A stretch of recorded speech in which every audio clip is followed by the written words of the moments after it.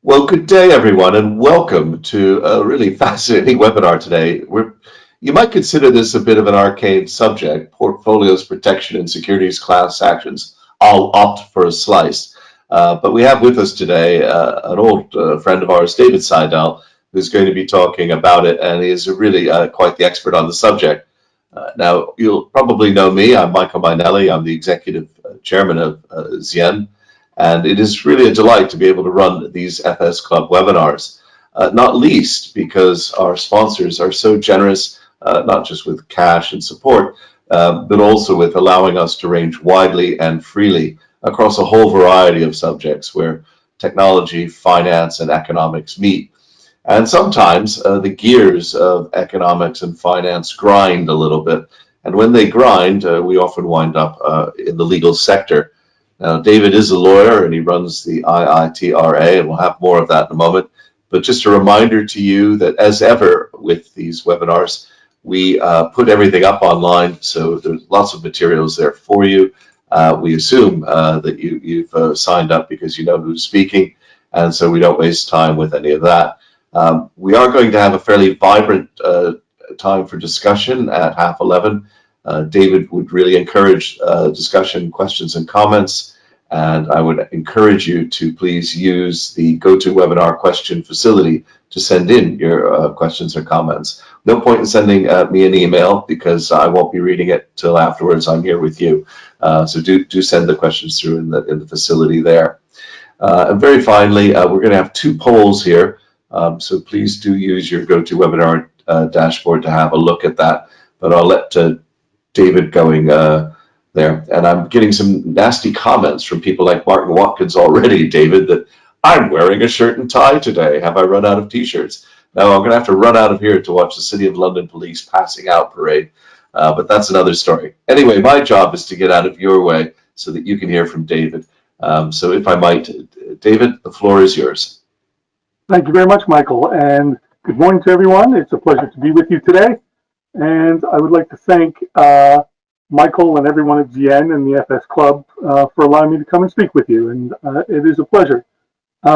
Securities class actions are a complex form of litigation, and they can sometimes be made even more complex, and I'm not going to try and bore you with all the minutiae. What I would like to do is start from some first principles, and from there we will build up more and more to securities class actions and why they can be important. So, to begin, class actions are a form of collective redress. Collective redress is the overarching label given to class actions, group actions, etc. It is a lawsuit. It's a type of litigation, but it involves multiple claimants, and the losses that they all suffer stem from the same fact situation. So you can get things like a company, and in the past it was something like Tesco, where they announced that there had been irregularities in their accounting, and the loss in value of the shareholdings actually was the reason for the class action. And I have a little game that I play in my office, which is when there is a reason for some form of litigation, collective litigation, I wait and find out how long it'll be before some law firm contacts me to say, do you have clients that might want to be involved in this? And it usually takes about a week. So at the start, it can work very quickly.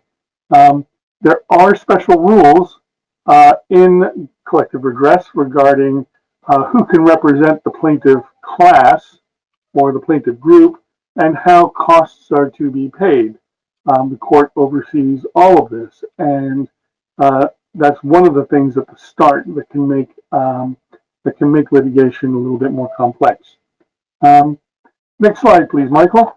And then from there, we go to the types of collective redress actions that we have seen in the past. A lot of them have been for consumer liability things, faulty products like the case against the Ford Pinto or the silicone implants that were manufactured out of France.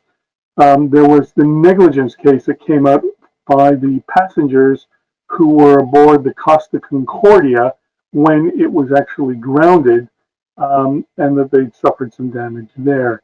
Now, I'm going to make a minor digression here, and hopefully it'll be amusing.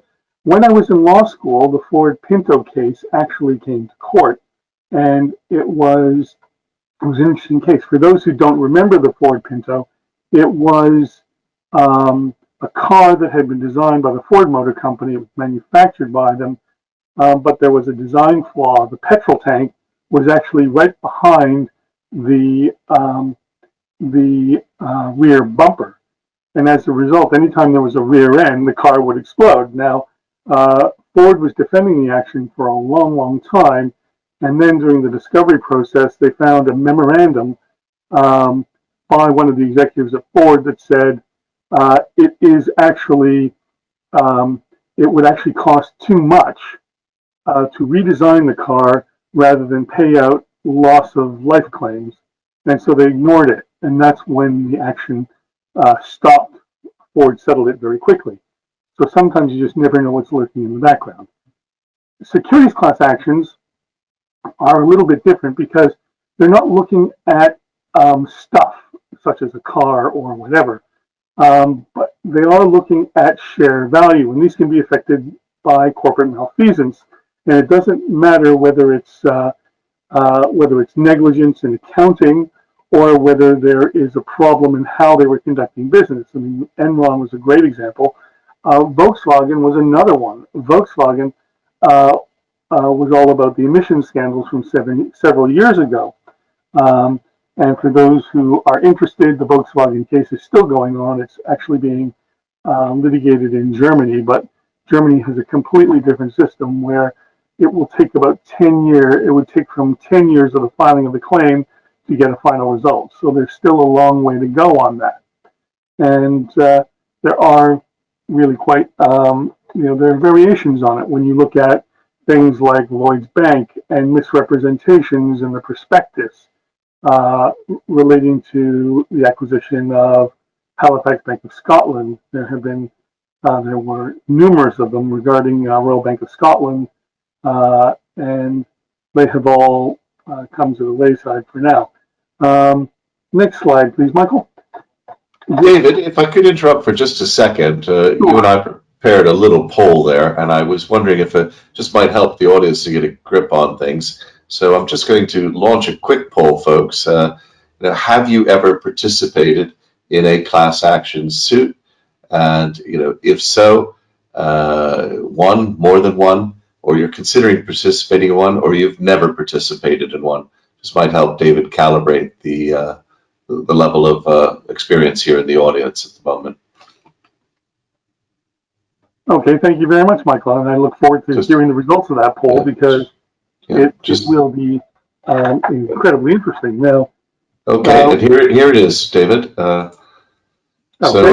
Yep, there we go. So 17% have participated in a class action suit, 78% never, and 6% are considering. And we had a second question for all of you out there, if you don't mind. Let me just launch the second poll. If you've ever participated in a class action suit, was it, or they, if you've done multiple, mostly successful in your opinion? Yes, no, or it's still ongoing? I'd say the jury's out, but that's not quite the way class actions always work, is it, David? No, very rarely do you get a jury case. Well, the votes are coming in. I most definitely remember the Pinto case, and the many twisted jokes that came out of that one, which is pretty disturbing. Well, the other thing that I prepared was that it may seem that the Pinto and the breast implants are completely different product liability cases, but of course both involved exploding things. So anyway, we go on from there. Wow. And here is the result from that question, David. So basically, it looks like those who participated, sort of a 2/3, 1/3-ish satisfaction level. But of course, this is coming from the smaller number of people who have actually done one. Anyway, David, I'll hand the floor back to you. So thank you very much for that. Thank you for that. Thank you, everyone, for your slides back. Seems to take me. So we go back to who should be interested in class action lawsuits. Now, When you're looking at product liability claims, you're looking at people who purchased goods or services. When you're looking at securities class actions, you are looking at investors who lost portfolio value. And these will include pension fund trustees, investment managers, analysts and actuaries, and custodians. And custodians will actually will hold shares for any of the other three. And care needs to be taken to make sure that your custodian knows what you want to do on this. And a few meetings with the custodian and explaining what's going on will actually be of big help. Now, from an overarching legal philosophical point of view, the aim of class actions is that they are designed to make the judicial process more efficient by reducing the number of lawsuits from however many people that you may have to one. There are, as I mentioned earlier, there are several forms of collective redress. There are class actions, which are in the US, Canada, Australia, and a few other jurisdictions. Group actions, which are slightly different, you'll find in the UK, Germany, and France. And then you have the outlier, who is the Netherlands, who have foundations, and they have two types of foundations, one that is designed to prosecute a class action, and the other one that is only interested in settling a class action.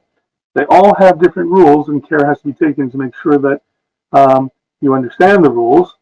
And the main difference between the class actions and the group actions is that class actions allow for an opt-in procedure, an opt-out procedure, while group actions require plaintiffs to opt in. So I will explain those very, very quickly.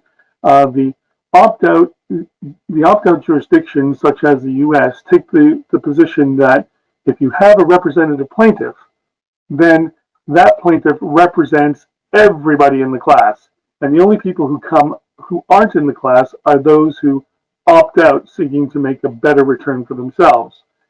Group actions require people to opt into the litigation. If you're not in it, you can't win it. And we will take a look at one example that happened recently in the UK. Now, the most important issue for institutional investors, next slide please, Michael, is what is at stake for you. Now, I've gone to NERA Consulting. NERA Consulting is one of the leading think tanks that analyze issues relating to class actions, and they publish an annual report. Now, in the past 3 years, 2017, 18, and 19, there were greater than 400 class action lawsuits filed with the courts in each year. They also look at the value of the class actions that are either decided or settled in each year. And in 2019, the aggregate value of all the class action settlements was $472 million US, with the average claim settlement being $30 million. Now, we do understand that UK institutional investors may have a regulatory restriction on their percentage of holdings in foreign jurisdiction, and returns are always dependent on the calculated loss for claims in which any institutional investor is interested.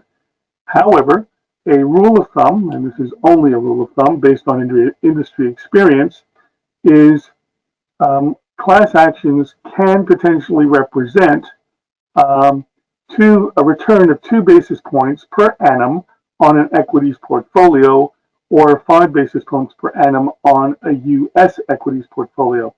Making it a little bit more concrete, if you are an institutional investor with £1 billion of assets under management, and those assets are equities, what we expect once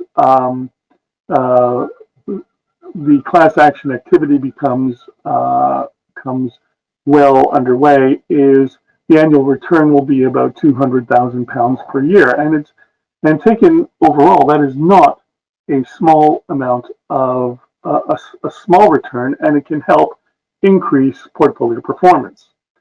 Now, next slide, please, Michael. David, just a quick question on this slide from John Spain. If Sure. 472 million was settled, how much had been claimed, just in rough terms? I really don't know offhand. I would have to go back Okay. to the nearer consulting statistics, but if they are settled, you can probably be guaranteed that the value of the claims were far in excess of that, and Okay. then settled down, not up. Okay, so now we're going to take a look at the UK, because the UK is an opt-in jurisdiction. And when anyone is trying to set up a a group action in the UK, what is necessary is that they have to be able to mitigate or eliminate the financial risks from litigation to all who may participate. Now, the financial risks, will usually be mitigated or eliminated via litigation funding, after the event insurance, or a combination of the two. Generally, after the event insurance will take care of adverse cost rules if that comes up. The first step in the litigation is for a plaintiff to be chosen to represent everybody who is involved in the litigation, and to obtain a group litigation order. That order will set a deadline for the solicitors to sign up claimants. All the claimants they sign up before that deadline will be involved in the case.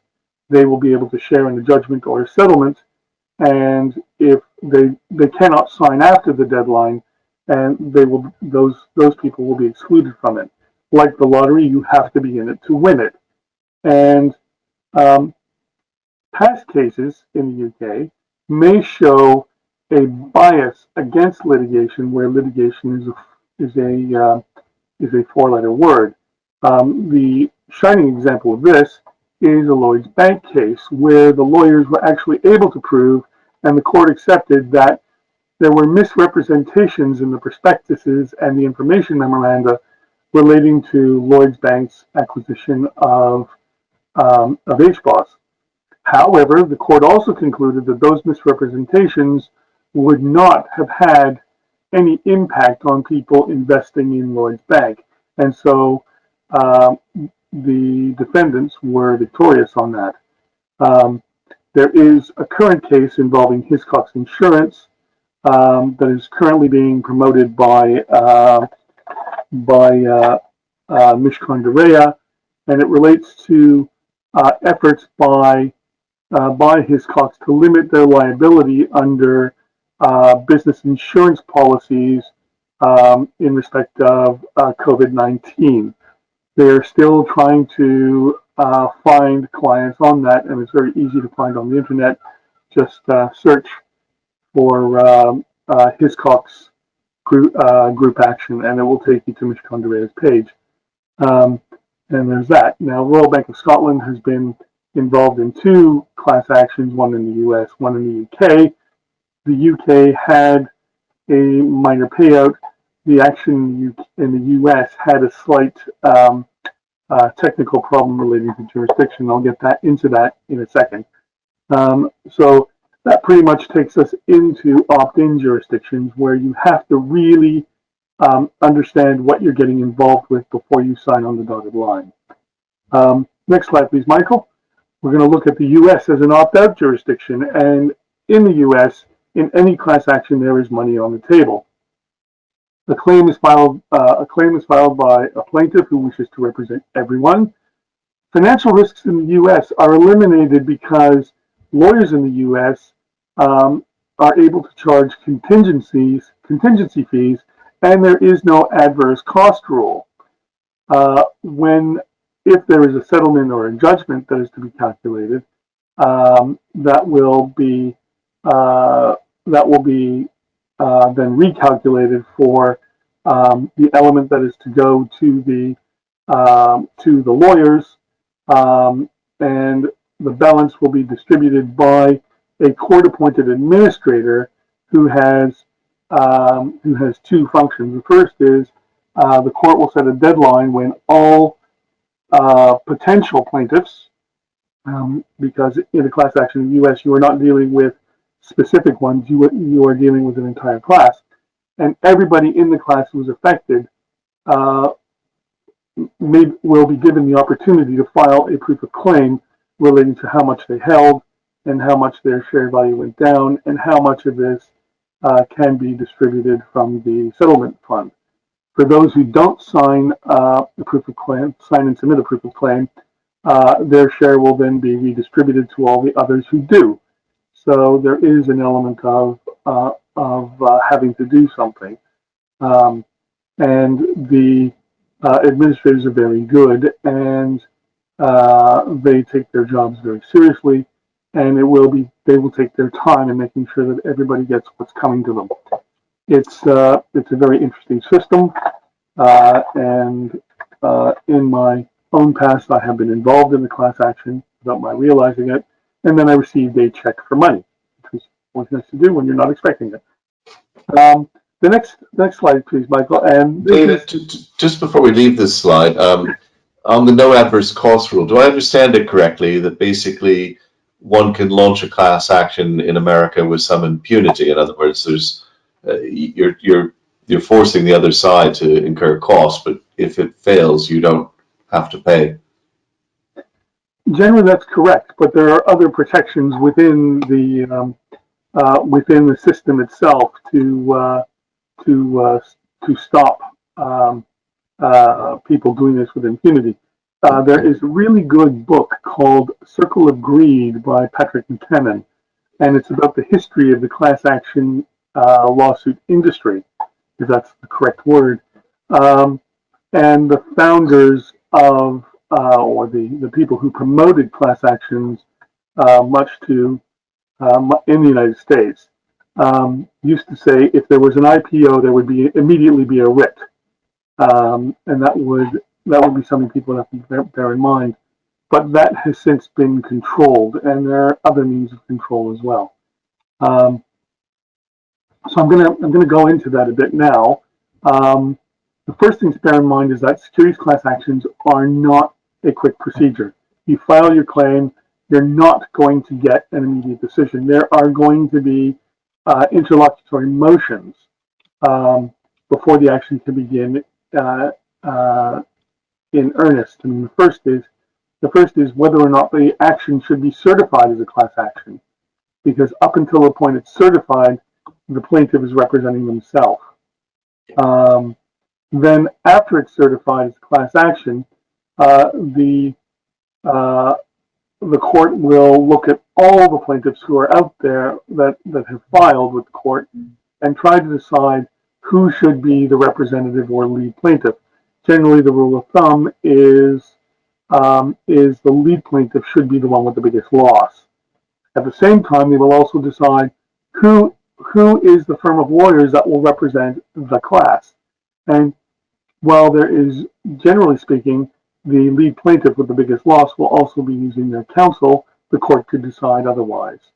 So once these steps go through, there will be other steps, such as the defendants trying to dismiss the action for no cause right away. And it will take probably about 1 or 2 years before the court will say, okay, we can begin now. And so that is something to bear in mind.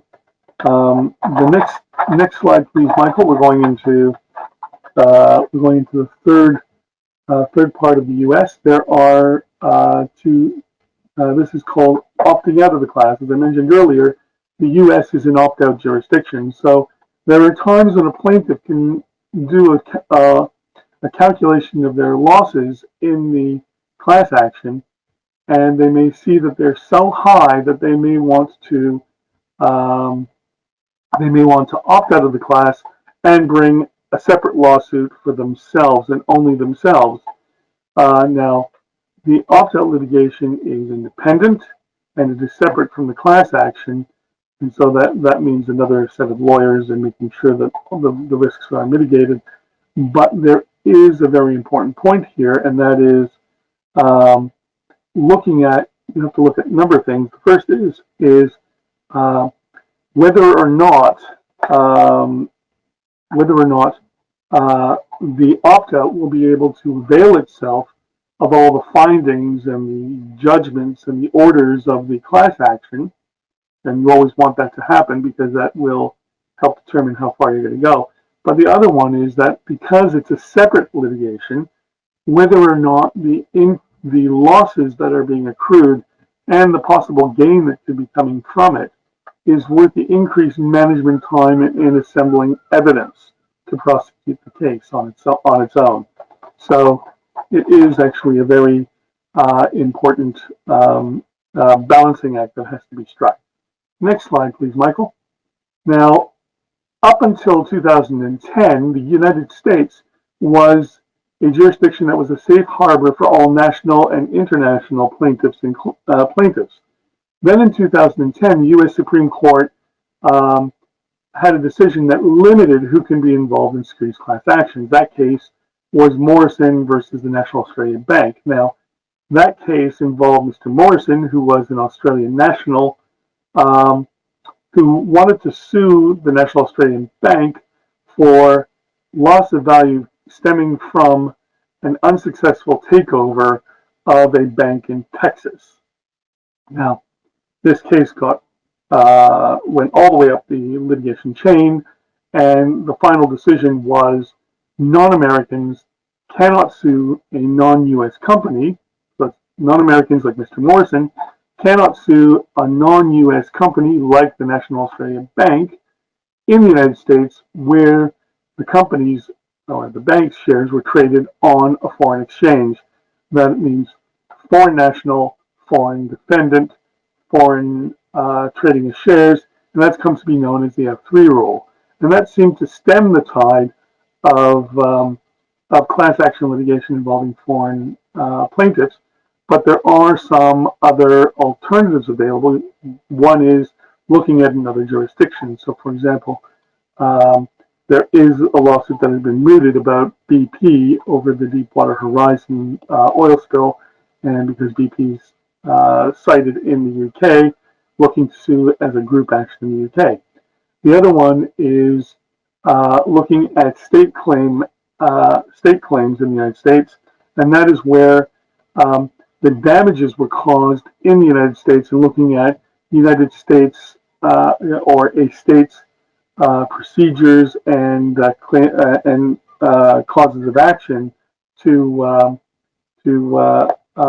try and do exactly the same thing as a class action. There is a risk, of course, in the F3 rule, and that is if you have 50 plaintiffs going in state actions, it immediately gets bumped up to a class action, and all the foreign plaintiffs are then removed. So sometimes you really do have to look at who's involved where, and a lot of times lawyers are forced to agree with each other. Now, in the opt-out jurisdictions, there are some other risk factors aside from the F3 rule. One is the level of holdings. The other one is the financial risk. But the biggest factor here is time, because the average time of settlement is now 4 years, and from the time of payout of a settlement by the claims administrator, another 2 years. So you are looking at a 6-year time frame, and that is something to always bear in mind. Now,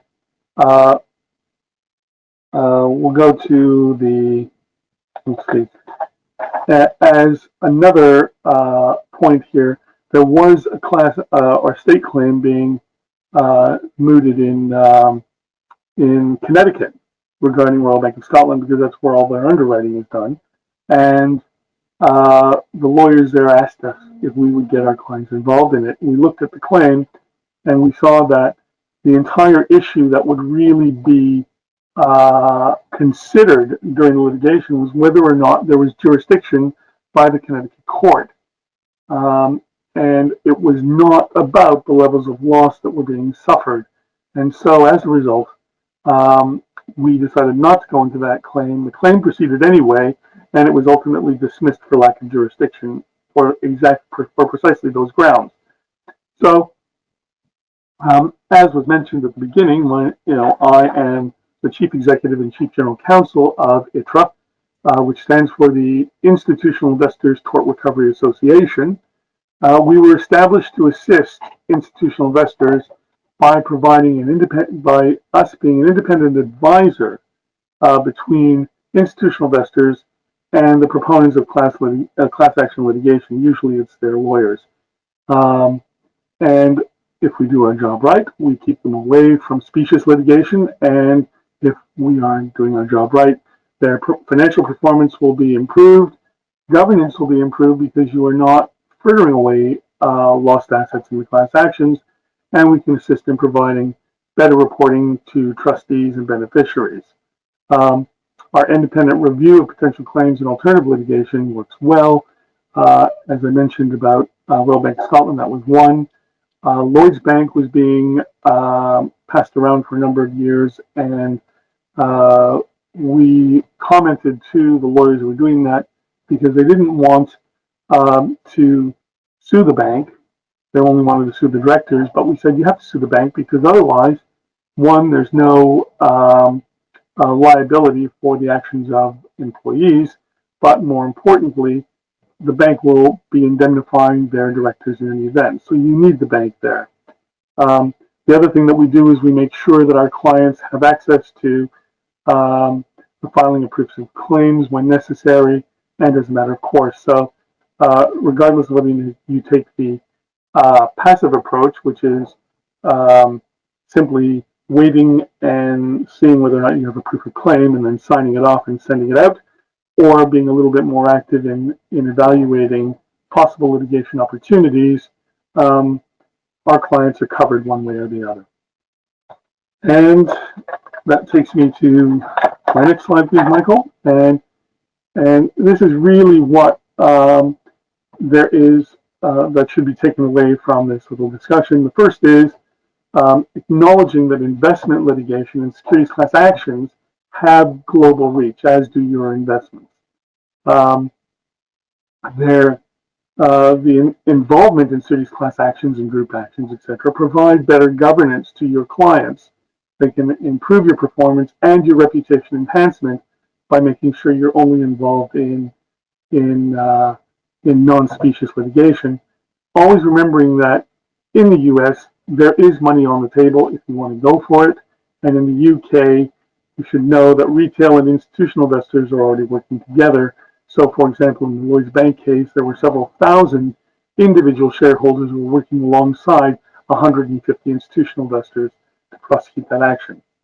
And making sure that you are able to address the issue of collective redress, outsourcing is often more effective than building your own team. Large institutional investors may be able to have lawyers and administrators who can deal with this issue. A lot of them don't, and that's where somewhere like iiTRA or others in our field can help improve your performance and your actions. And on that, I would like to say thank you very much for listening to me. I've tried to keep it as simple as possible. I'm happy to answer questions and tell you that if you want to implement a securities class action strategy, all that's needed is to give me a call or send me an email, and we would be happy to help you. Thank you very much. That's great. Well, we got a few questions here. Tanji Morgan is asking, COVID-19 has hit the stock price of many organizations. Do you expect that class actions, US or UK, will pass the hurdles to be certified? Will it possibly be fast tracking or possibly higher or lower criteria to meet? Well, I think that what's happened with COVID-19 is that courts have been closed for a while, and I think it's going to be a while for them to deal with the backlog of cases. How they're going to deal with that, we don't know yet. But it's just extended the time for dealing with a piece of litigation, and that is really the biggest issue when it comes to securities class actions. They say that patience is a virtue, and it really is the case when it comes to class actions, because what you are doing today, you will probably not see a return for anywhere from 5 to 8 years, and in the case of Germany, 10 years. So it's good to know that going in, rather than think you're going to become, you're going to get a tremendous return right away. Yeah. John Spain, I think this is going back to your US one, your US slide 3. He's asking, can a separate claimant use class action results as evidence for their own case? So you've seen a class action that you've sat out from because you're bringing a separate one, but you then decide to launch your own case. Can you use the results of that one to influence it? I don't think so. I think the courts are very keen to make sure that people decide one way or the other which one they want to go through. The key in using the securities class action information or decisions is to make sure that you can actually access it and put it into your own opt-out case as you are prosecuting it. It won't help going back and forth between. Good. Actually, whilst David's been addressing it, one of our team, Morgan Rose, has very kindly dug out the Circle of Greed link, which I've posted to the audience, and also the NERA report link. John, that might help you dig in, but we'll get back to you separately on that. I've got Ian from Toronto here. For smaller investors, when does it make sense to join a class action, and when does it make sense to await the result of such an action and then make an independent claim? I think the first step, thank you, Ian, for the question. The first step is to assess what your potential loss is.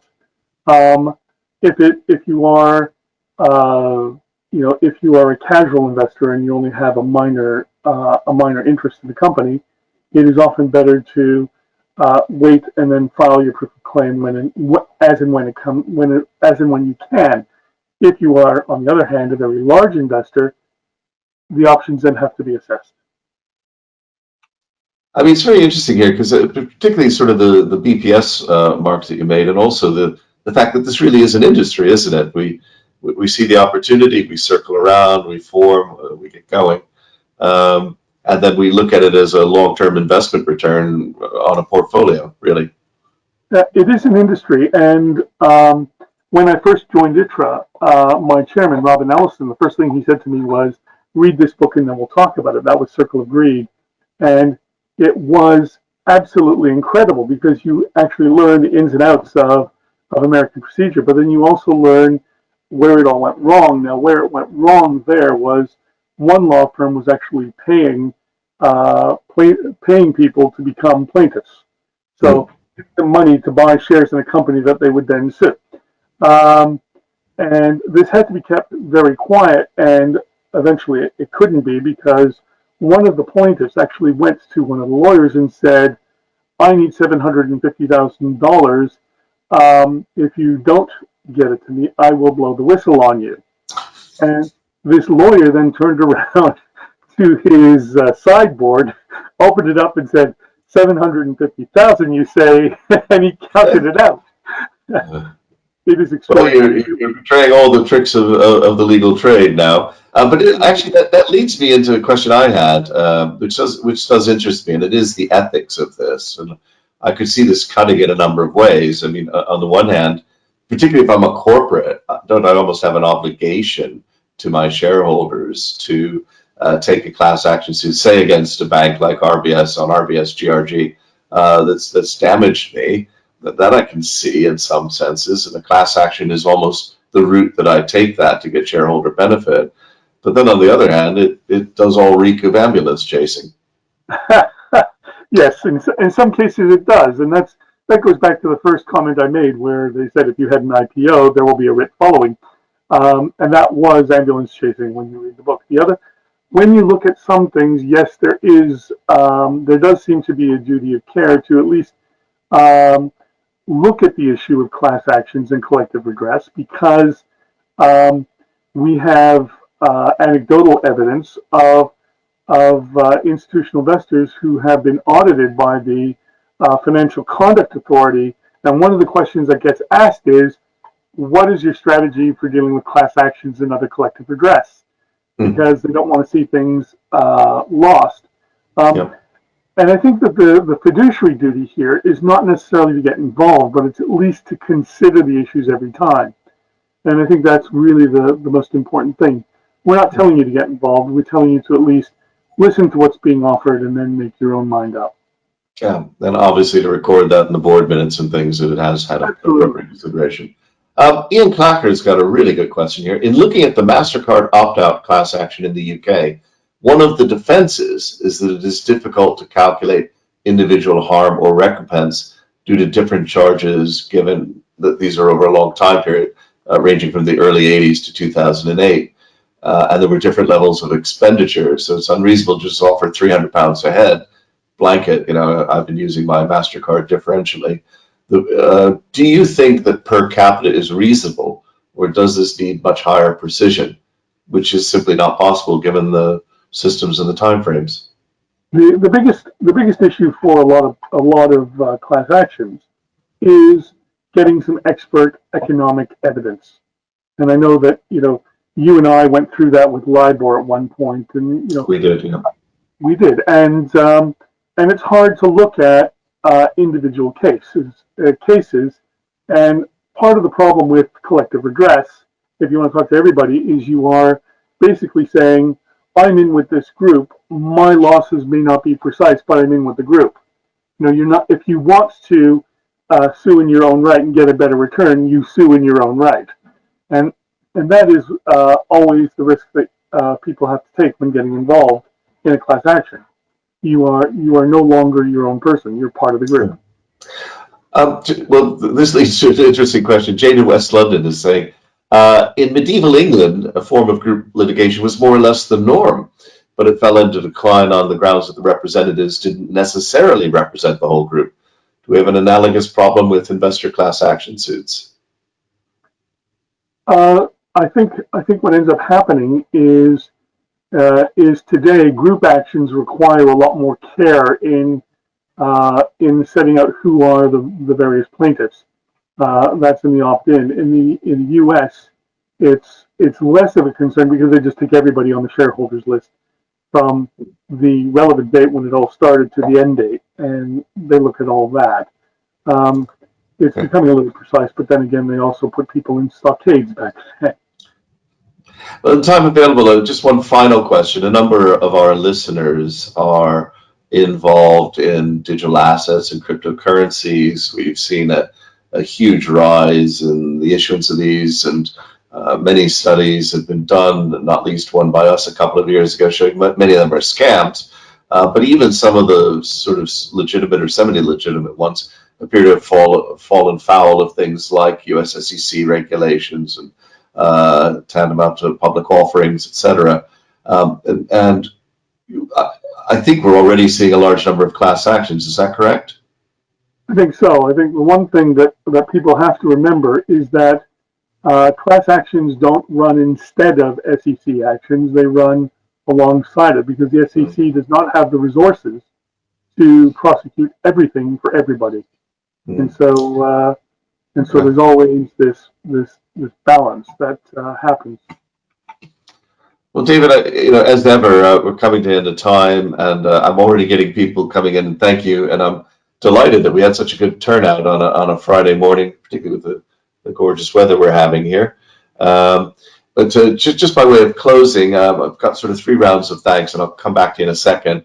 My first round, as ever, is to our most generous and delightful, absolutely delightful sponsors who let us cover a wide range of topics. But I think we can all see, particularly in the technology and finance field, an awareness and an alertness about what class actions are, where they can be taken. And this is only a thumbnail sort of scratching of the surface. It is worth doing. iiTRA is out there to help, so by all means contact David. My second thanks, of course, are to the audience. I wish I could claim that we'd planned this, but it's not true at all. On Monday morning at 12, I believe, we are having an interesting session on insurers, useful, useless, purposeful, or purposeless. And David mentioned the class action suit against Hiscox. I believe there are a couple of other firms also in the offing, but rather intriguingly, the Financial Conduct Authority has brought a test case listing 8 British insurers. And we're not specifically covering that, but it is evidence about what's going on, and we have a great panel with Paul Tappender, Liz Foster, and others. So please join us for that one. Then on Tuesday, looking at share valuations. On Thursday, we have our ever popular anti-money laundering task force. We're going to be looking this time at what could be done, really what could be done, suggestions. And very finally, a lovely chap, Mick McAteer, a long-term crusader for consumer rights, so very much along the lines of class actions, is going to be talking to us. Mick used to be on Which, but can financial services get back its mojo? So that's what's facing us ahead. But frankly, my best thanks to you is to you, David. I've always enjoyed working with you. We have on the materials of paper we published together some 6 years ago, and it's so kind of you to share your thoughts on an area that you're deep into, and we really appreciate it. Unfortunately, in these days of isolation, I can't open up and let the entire audience applaud you, but I have my Buddhist applausometer here, and I will thank you for giving us a really, really great session, and we hope to have you back sometime, maybe delving into one or two of these specific cases, because they are absolutely fascinating. Thank you so much, David. Thank you very much, Michael. Thank you to everyone, and thank you to everyone in the audience.